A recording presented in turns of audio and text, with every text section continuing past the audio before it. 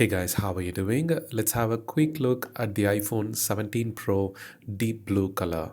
I have also done a video about the unboxing of iPhone Air, iPhone 17 Pro Max, the cosmic orange color, and iPhone 17 Sage, the green color, and the lavender color recently. We'll leave some of them links in the description and in the first pinned comment. You can check that out. So here, the deep blue color this year comes to the iPhone 17 Pro and 17 Pro Max. The black color would have been great, but after moving from titanium to aluminum body this year for all the Pro models, I think the black color would be looking similar to the iPhone 17 series. So that may be the reason Apple didn't make the one in black color.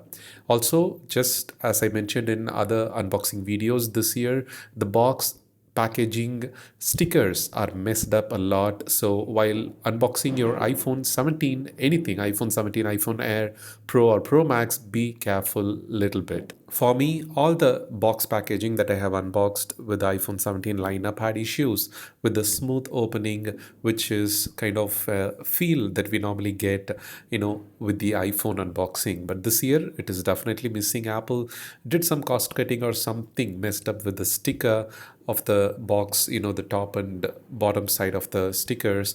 After peeling off those stickers while removing the top lid, you have to be extra careful. So the iPhone 17 Pro is placed facing the camera side. Inside, we have the beautiful iPhone 17 Pro deep blue color. Let's keep it aside. And we have the charging cable, the USB-C to C cable. And depending on the country, you will have the SIM ejector pin if the iPhone has one physical SIM and one eSIM. For most of the countries, it will be dual eSIMs. So in such case, in the box packaging, you will have only the charging cable, the USB-C to C braided charging cable. When we pick up the iPhone 17 Pro, you can see the phone is a perfectly sized, a compact one with the 6.3-inch display, and at the same time, it is, completely different this year.